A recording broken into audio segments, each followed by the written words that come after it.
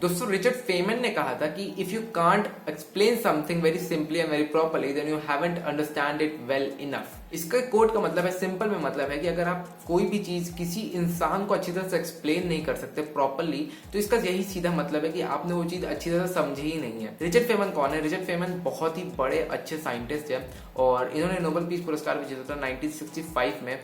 किस लिए जीता था? उन्होंने क्वांटम की जो डिस्कवरी होती है क्वांटम मैकेनिक्स में, ठीक है, तो क्वांटम डायनेमिक्स में जो डिस्कवरी होती है उन्होंने वो की थी, तो इसीलिए उनको नोबेल पीस पुरस्कार मिला था। वो एक साइंटिस्ट है, मैथमेटिशियन, फिलोसोफर है और इसी के ऊपर वो बहुत ही अच्छे टीचर हैं और बहुत ही अच्छे आपके एक्सप्लेनर हैं, ठीक है। और ये बहुत ही ज़्यादा पहले के समय में 1960 1950s में ये एक्सप्लेन करने के लिए बहुत ही मशहूर थे, ठीक है, कि बच्चों को ये बहुत ही ईजिली और बहुत ही अच्छे तरीके से एक्सप्लेन कर लेते थे। क्वांटम मैकेनिक्स, क्वांटम डायनेमिक्स जैसे एडवांस टॉपिक्स को भी जिनको कोई अच्छी तरह से एक्सप्लेन नहीं कर पाता था, ये सिंपल शब्दों में कह देते थे, सिंपल शब्दों में समझा देते थे।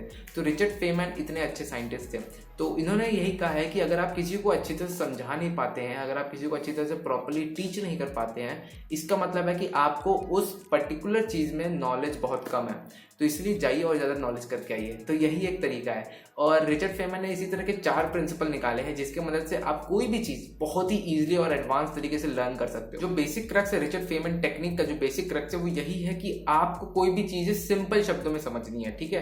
पहले तो जो भी कॉम्प्लेक्स टॉपिक है, अगर आप वो चीज़ समझ नहीं पा रहे हो, वो चीज़ लर्न नहीं कर पा रहे हैं, चाहे वो फिजिक्स का हो, आपका हिस्ट्री का हो, ज्योग्राफी का हो, या फिर साइंस का हो, मैथ्स का हो, या फिर कोई भी चीज़, चाहे आपके वेब डेवलपमेंट में कोडिंग ही क्यों ना हो, कोई कॉम्प्लेक्स चीज़ें आप अच्छी तरह समझ नहीं पा रहे हैं, तो उसको सिंपल चीज़ों में ब्रेक करिए। होता है लेयर बाय लेयर पे, ठीक है। तो आप कोई भी कॉम्प्लेक्स टॉपिक को पहले एक सिंपल में करिए, फिर वो नहीं समझ में आ रहा फिर और सिंपलर करिए, उसके बारे में डिस्कवरी करिए और कहीं कहीं ढूंढिए, गूगल में, यूट्यूब में, व्हाट्सएप, सब जगह ढूंढिए, उसको फिर और सिंपल कंसेप्ट में ब्रेक करिए। और इस तरह करने से आप उसको समझिए और फिर दूसरों को टीच करिए, ठीक है। दूसरों को जब आप टीच करेंगे तो आपको खुद नॉलेज गैप्स पता चलेंगे। नॉलेज गैप्स पता होने के बाद आप फिर पढ़िए वही कंसेप्ट और आपको और ज़्यादा उसके बारे में नॉलेज होगी। इस तरीके से ही आप कोई भी एक कंसेप्ट सीख पाते हैं। कोई भी बच्चा या कोई भी टीचर एक बार में पढ़ने से कोई सीख नहीं पाता, ठीक है। बहुत बार पढ़ना पड़ता है, उसके बारे में स्टडी करना पड़ता है, नॉलेज गैप्स को फिल करना पड़ता है, तब जाके सीख पाता है। तो चलो पहले स्टेप के बारे में इसी से बात करते हैं जो रिचर्ड फेमन टेक्निक कहता है। पहला स्टेप है कि आइडेंटिफाई एनी टॉपिक। कोई भी टॉपिक है, मैं आपको एग्जांपल के साथ बताना चाहता हूँ, कोई भी टॉपिक है जो आपको नहीं समझ में आ रहा है, जो आपको सीखना है, उसके बारे में आइडेंटिफाई करिए, ठीक है। हम लोग एग्जांपल के तौर पे ले लेते हैं, वो है Pythagoras theorem. Pythagoras theorem I hope आपको पता हो। तो हाँ, मैं एज अज्यूम करता हूँ कि मुझे पाइथागोरस थ्योरम नहीं आता और मैं उसको सीखना चाहता हूँ, तो मैंने पेन और पेपर लिया और उसमें लिख दिया पाइथागोरस थ्योरम, दैट्स इट। और सेकंड स्टेप आता है रिचर्ड फेमन टेक्निक का। सेकंड स्टेप है कि learn it, explain it yourself, ठीक है। अपने आप को अच्छी तरह से सिखाइए वो सारे टॉपिक के बारे में, उस सारे टॉपिक में जितनी नॉलेज हो सके उतना नॉलेज ले लीजिए।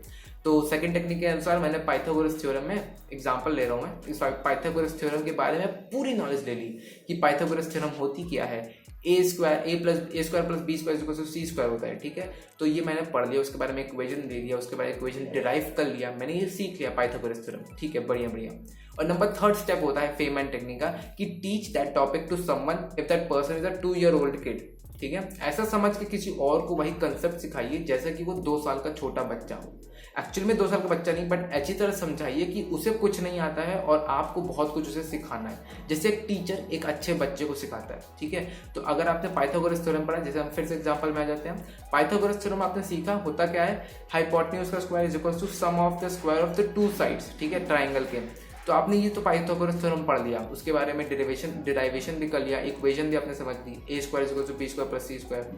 अब इसको कोई ऐसे इंसान को समझाइए, अपने जूनियर को समझाइए जैसे कि वो 2 साल का बच्चा है और उसे कुछ आता नहीं है, ठीक है। और यही एक सबसे इंपॉर्टेंट पॉइंट होता है कि जब आप किसी इंसान को समझाने की कोशिश करेंगे तो वहीं पे आपको अपने खुद के नॉलेज गैप्स फाइंड होंगे, ठीक है। आपको पता चलेगा कि आपको तो बहुत सारी चीज़ों के बारे में नॉलेज ही नहीं है, ऐसा कुछ समझाने पर आपको पता चलता है। लेकिन अगर आप समझाएंगे नहीं तो आपको पता ही नहीं चलेगा कहाँ मेरे एक नॉलेज गैप्स है। तो जब तक आप समझाएंगे नहीं तब तक पता ही नहीं चलेगा। तो इसीलिए समझाइए। और तभी इसमें फोर्थ टॉपिक आता है, प्रिंसिपल आता है फेमन टेक्निक का, वो है study more to fill your knowledge gaps. फिर दोबारा पढ़िए। जब आप किसी को सिखाए हैं तो आपको नॉलेज गैप्स पता चलेगा। उस नॉलेज गैप्स को पता करने के बाद फिर से बुक उठाइए, फिर से टेक्स्ट बुक उठाइए, अपने फिर से नोट्स उठाइए और फिर से नॉलेज गैप्स को फिल करिए, फिर से स्टडी करिए। जो भी आपको पिन पॉइंट हुआ, आपकी जो गलतियां पिन पॉइंट हुई, आपको जो गैप पिन पॉइंट हुआ, जो आपको पता चला कि मेरे को इसके बारे में नॉलेज ही नहीं थी पाइथागोरस थ्योरम में, एक पर्टिकुलर चीज़ के बारे में, फिर से बुक उठाइए, फिर से नोट्स उठाइए और फिर से पढ़ना चालू करिए। फिर से इस प्रोसेस को रिपीट करिए, फिर से 2 साल के बच्चे को बराबर सिखाइए किसी को, ठीक है। तो इससे करने से आपको बहुत कुछ सीखने को मिलेगा और कोई भी टॉपिक जल्दी से इजीली लर्न कर सकते हैं। रिचर्ड फेमन की इस टेक्निक का इस्तेमाल करके आप बहुत ही जल्दी कोई ना कोई टॉपिक, आप कॉम्प्लेक्स से कॉम्प्लेक्स टॉपिक भी अच्छी तरह से लर्न कर लेंगे। बट ये बात मैं जरूर ऐड करना चाहूंगा, ये बहुत ही इंपॉर्टेंट बात है कि आपको कोई भी कॉम्प्लेक्स चीज़ों को तुरंत ही लर्न करने की कोशिश नहीं करनी चाहिए। कॉम्प्लेक्स चीज़ों को सबसे पहले तो एक सिंपलर, ईजी टू अंडरस्टैंड चीज़ों में ब्रेक करने की कोशिश करिए और यही सबसे अच्छा और सबसे इंपॉर्टेंट क्रक्स जिसको मैं कह सकता हूँ रिचर्ड फेमन टेक्निक का है, ठीक है। किसी भी एक एडवांस टॉपिक को आप सिंपलर टॉपिक में कन्वर्ट करिए, तो आप क्यों ना हो, किसी कितने साल के भी क्यों ना हो, आप अपने से भी ऊंचे लेवल के टॉपिक्स को भी आप इजीली लर्न कर पाएंगे, ठीक है। तो इस टॉपिक को जरूर, इस प्रिंसिपल को जरूर फॉलो करिए यार। और आई होप सो आपको वीडियो काफ़ी अच्छी लगी होगी, और अगर वीडियो अच्छी लगी तो please hit like button, share, subscribe to my channel and I will keep bringing this kind of videos in the future. Till then stay grace, bye, take care.